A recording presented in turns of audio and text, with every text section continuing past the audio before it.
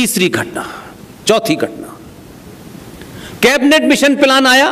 तो अब आपको समझ में आएगा कि गांधी जी ने किसके इशारे पर कांग्रेस पार्टी के अध्यक्ष के चुनाव में सबसे बड़ा राष्ट्र के साथ धोखा किया।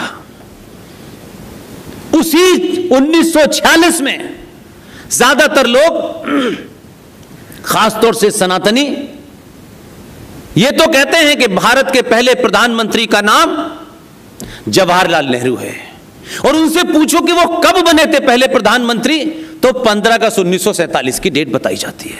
यही है एवरेज। सच क्या है? 1946 में एक एजेंडे के तहत नेहरू जी ने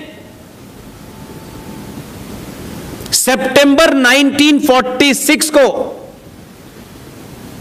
अंग्रेजों द्वारा यह कह करके कि अंतरिम सरकार है और हमको ट्रांसफर ऑफ पावर करना है, तो किसी को सौंपना है, उसके लिए गांधी जी से कहा। बल्कि गांधी जी से यहां तक भी कहा गया कि देखिए, अगर इसके अलावा कोई हुआ तो हमें पावर को ट्रांसफर करने में दिक्कत होगी। उसके तहत सितंबर 46 में ये कबूतर उड़ाने वाले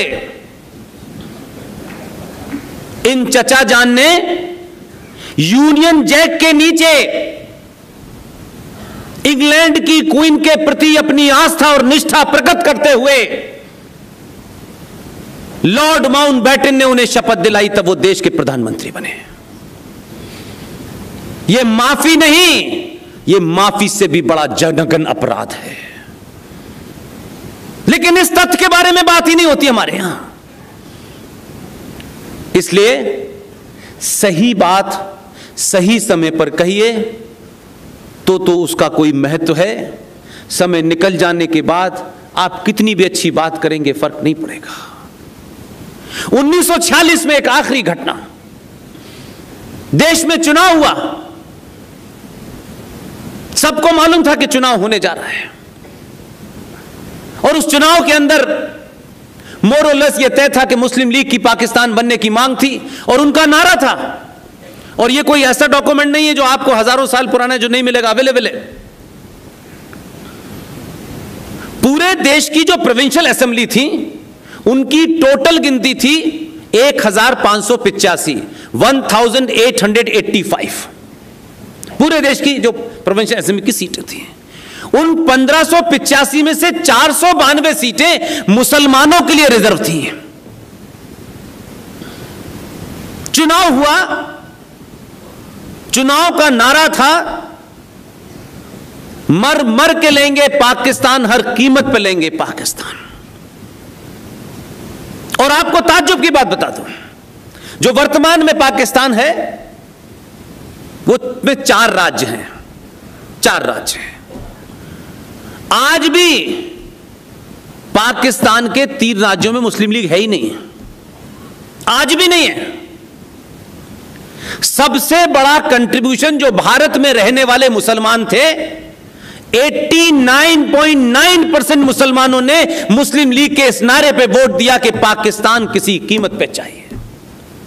उसमें बिहार, उत्तर प्रदेश ये सबसे आगे थे।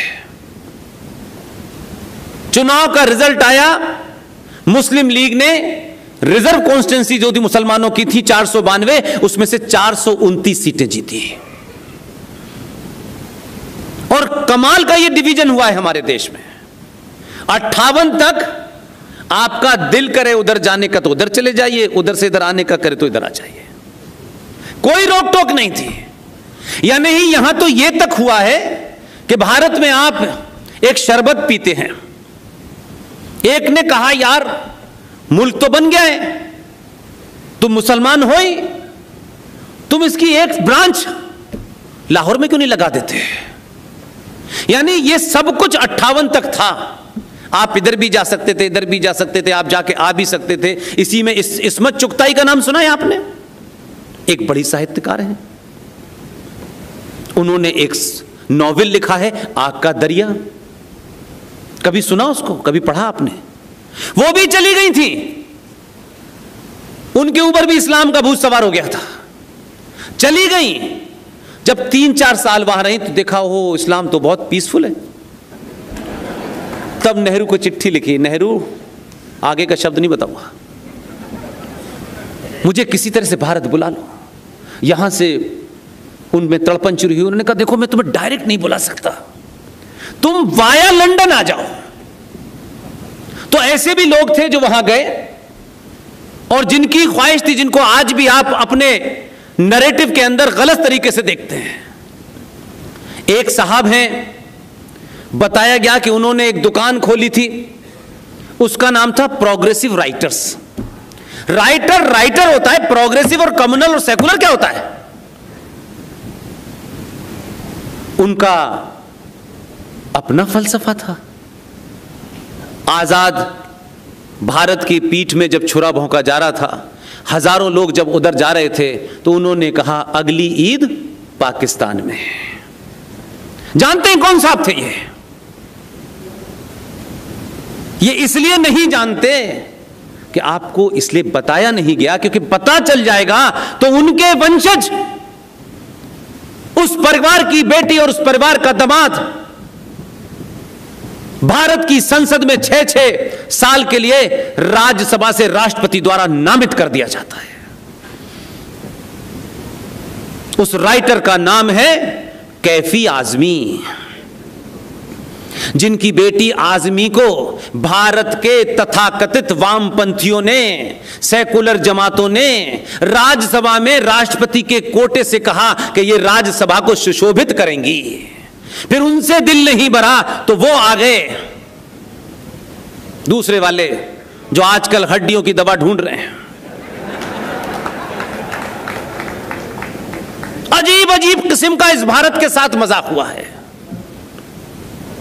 हम बीमारी की जड़ को, अच्छा वो ऐसे थे, वो ऐसे ही थे। इसलिए आप जब बात अपने डिस्कोर्स में करते हैं तो आप कोशिश करते हैं कि हमारे आसपास भी कोई बात ऐसी न कहे। तो आपने एक नया शब्द निकाल लिया है। देखिए, भड़काऊ बात कोई मत करिएगा। ये बात है, भड़काऊ क्या है इसमें? भड़क तो आप रहे या मैं रहूं? मैं भड़काऊ बात के अलावा कुछ करता ही नहीं। मेरे जीवन की अंतिम और आखिरी इच्छा यही है कि यह देश भड़क जाए।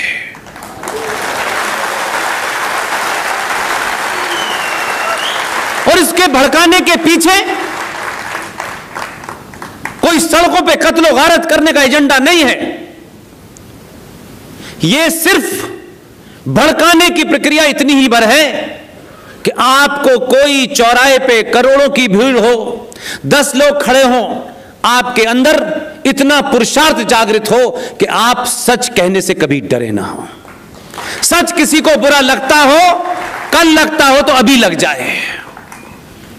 ये जो आपको बाईपास करने की आदत है कि इधर के इलाके में छोटे भाई का पजामा बड़े भाई का कुर्ता वाले रहते हैं, इधर से नहीं जाएंगे, इधर रास्ता बदल लेंगे, कभी उधर रास्ता बदल लेंगे। आप अगर अपने अंदर पूर्ण विश्वास है तो रास्ता वो बदलें, आप न बदलें।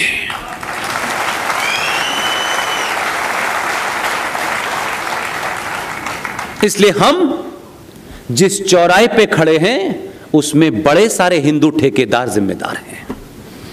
मेरी ये बात बड़ी कड़वी लगती है लोगों को, लेकिन मैंने कहा कि जिस दिन भी कहोगे 10,000 5,000 करोड़ लोगों के सामने मुझे गलत साबित कर देना, वही दिन बोलना बंद कर दूंगा।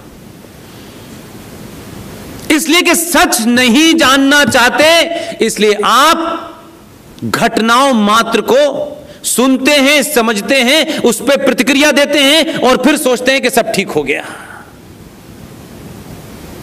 उस जड़ पे हमला नहीं करते जिस जड़ के ऊपर हमला हमारे पूर्वज आचार्य चाणक्य ने किया था।